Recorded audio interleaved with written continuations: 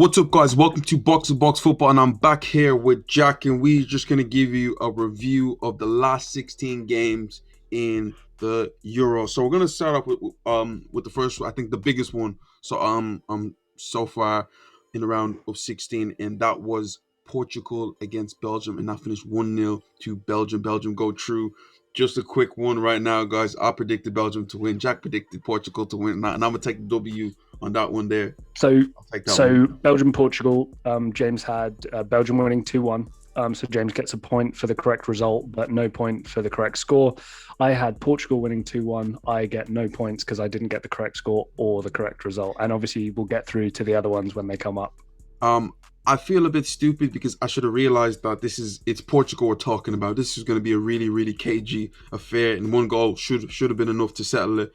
So looking back at it now, I probably should have picked a 1-0 Belgium win, but it was just one moment of genius, and then by that, it was a quite cagey game till a goal, Jack. But do you have anything to add? Yeah, I mean, Portugal deserved to win.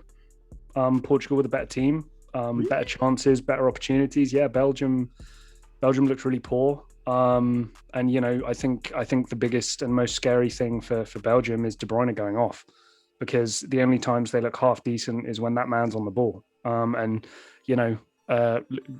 hate the Lukaku bashing. I was seeing some Lukaku bashing about, he wasn't in the game, or he wasn't finishing and stuff. Like, I saw it on Twitter and stuff, and it's just like in the second half. He was arguably like Belgium's best player. Like, let's be real. So, but no, Ruben Diaz's header.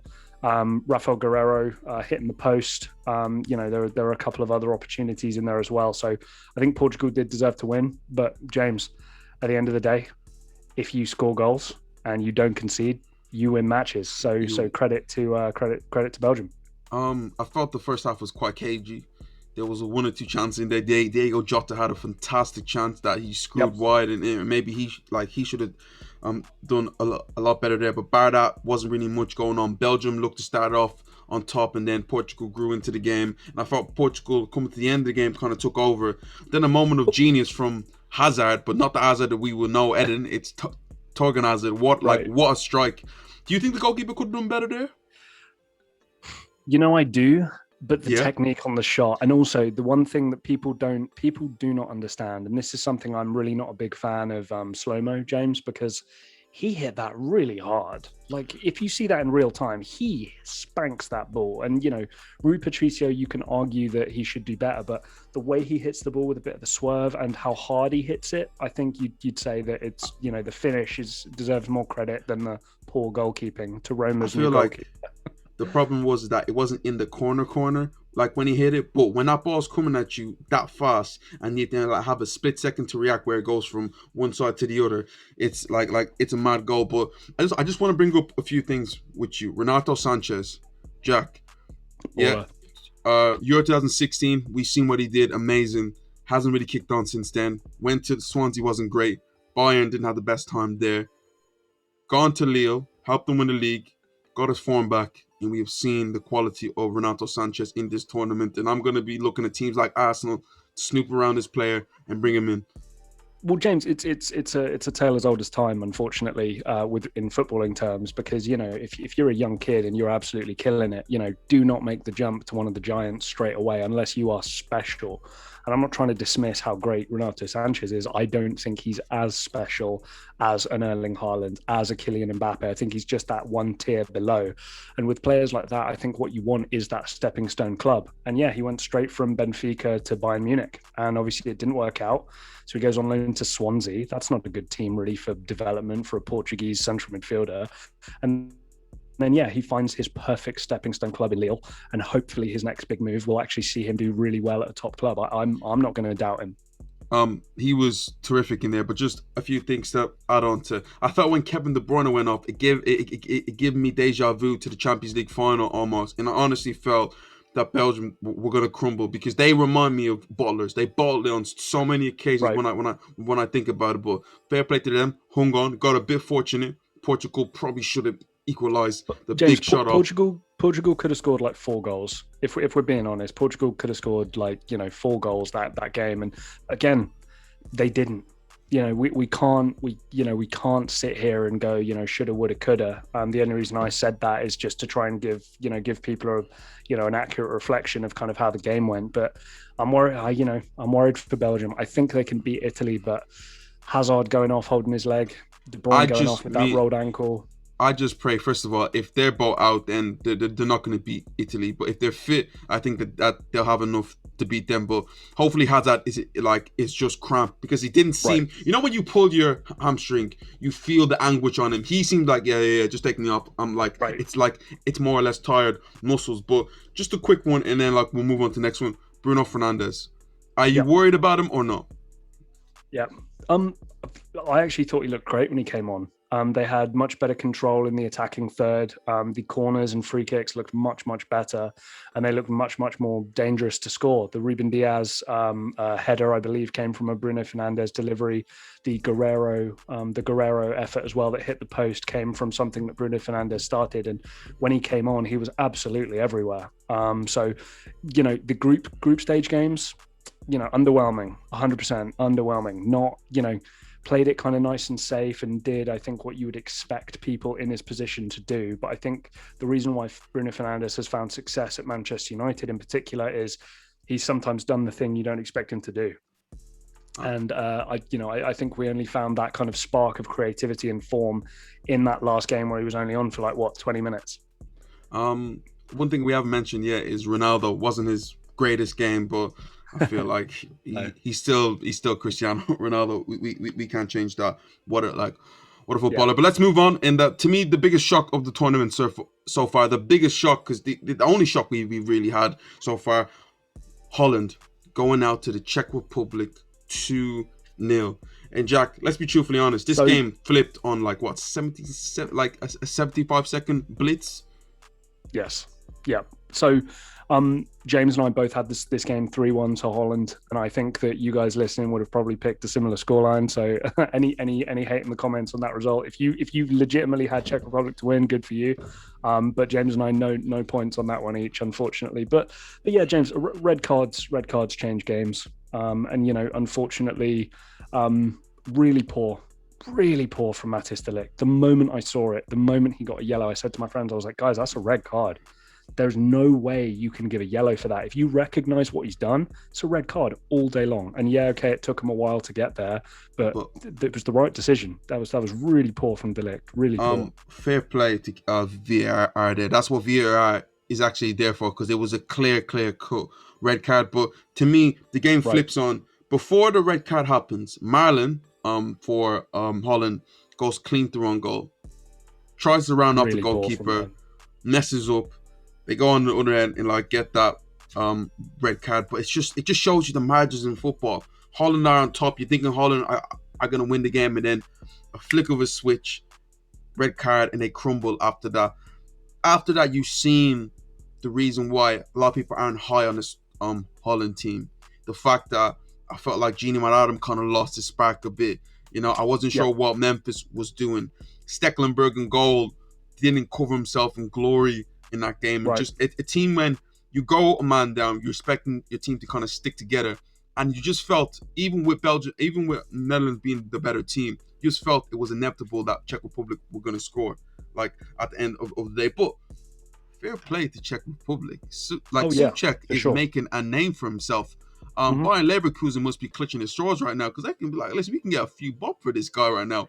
4 goals in European Championships, I know we do need to pump the brakes a little bit. He really is kind of not all that, I will say to people.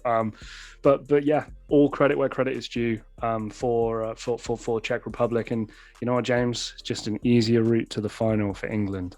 I was literally going to say that it might be coming home this year, Jack. You listen, if you guys, first of all, when that time comes, I'm not going to speak right now because that sounds stupid. Let's move on. We're going to get spanked 3-0. Congratulations to Czech Republic. They are a threat in this competition. They are a serious threat in this competition. Who do they play in the next round? I think they play Denmark. The winner of Denmark, right? But speaking of Denmark, let's get on to Denmark right now. We didn't cover it yesterday, so we're going to cover it right now. Just a quick one.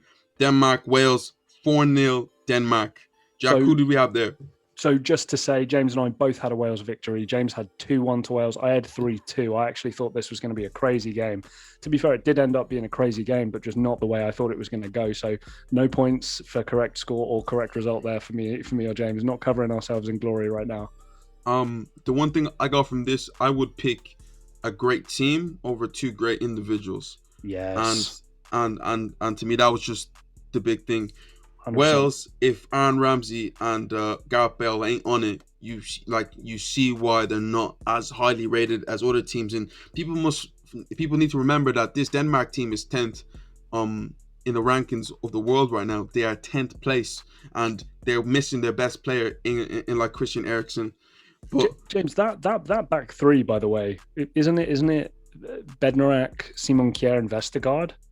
Like, it's a strong back, and also like, they also have they're not Højbjerg messing around. Kasper Schmeichel in goal, Højbjerg. Jack, let me tell you this right now. If they go all the way to the final, especially with this momentum, I would not be surprised. Eriksen, listen, kind of psychological. Jack, they were terrific. They were amazing. Mm-hmm. I really do put my hands up to them. I thought like Wales had a 10-minute start at the end with Bale with a few pop shots here and there. And then after that, it was just complete control. They should have been up more than one in the first half. In the second half, the second goal should have been a foul to Wales, but even that, they had chances after chance. And 4-0 doesn't flatter them at all. It could have been 4. It could have been 5. It could have been 6. Right. Yeah, no, like super strong from Denmark. And again, I think a really good reminder as well that maybe some of these teams that we aren't particularly high on because the star quality is not quite there, the team effort makes up for a lot of it. And James, you said it straight away. You'd sooner be Atalanta than you would be Lazio, right? Because you'd sooner finish in the top 4 than finish outside of the top 4. But you've got Ciro Immobile, Milinkovic-Savic, Jack, I'm liking these segues, so let's move on to the Italy. Let's talk about Italy versus Austria. Italy win 2-1 in extra time. Jack, who do we have? So we both had 3-0 for Italy. I think we thought another clean sheet, another convincing victory. So obviously we both get a point for the correct result, but obviously we don't get the correct score. It was a little closer than we thought it was going to be. A lot closer. I felt Austria would be feeling a bit upset leaving that game because 2-1 people would think, oh, okay, yeah, they kind of scraped it through, but Italy really escaped it through. Yeah. Compared to what they've done in the group stages where they completely dominate, didn't concede, Austria were a serious threat. Arnautovic on a number of occasions had chances to win the game for them, and then when VAR comes to their aid and like saves them for the goal that would have put Austria ahead, that was very, very unfortunate for them. They had chances, and I felt from the 90th minutes by the first half, I felt like Austria were the better team. But Italians are Italians, and they do what they do. This is not about not having for me, they've done their bit playing well in the group stages now. It's about grinding out the games, and a player like Chiesa, who to me is becoming a big game player. I think for Juventus, I think he scored against in the big games, the home and away against Porto, Lazio, against Inter. Like, he's scoring big games, and today, I mean yesterday, you've seen the quality of him, the goal, his ability to chest, head, finish. Yeah, what a quality, James. You know what it reminded me of? It reminded me of the Iniesta goal from the was that the World Cup? What was his extra time one?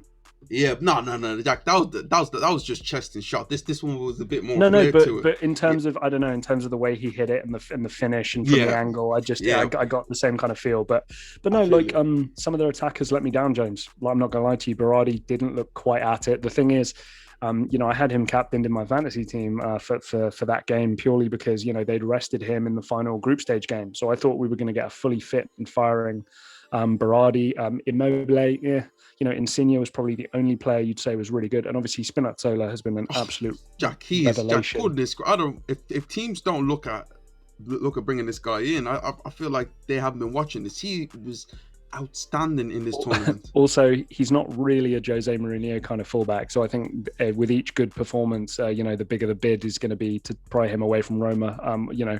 I love watching him play. I love watching that man play, and he seems to have really found his groove in terms of just these latter stages of his 20s into his early 30s. Just moving on to the last bit. So what's the one? So we got Belgium, Italy, which is going to be a quite Huge. interesting one. And we got no, not Austria. We have Denmark, Czech. We have Denmark, Czech Republic. Yep. Czech Republic.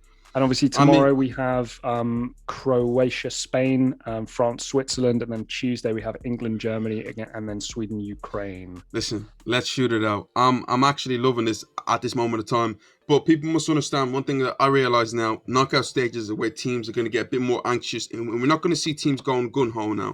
Yeah, we didn't see it in the group stages, but even more teams are going to be more willing to be a bit more conservative. Just looking at Italy, but.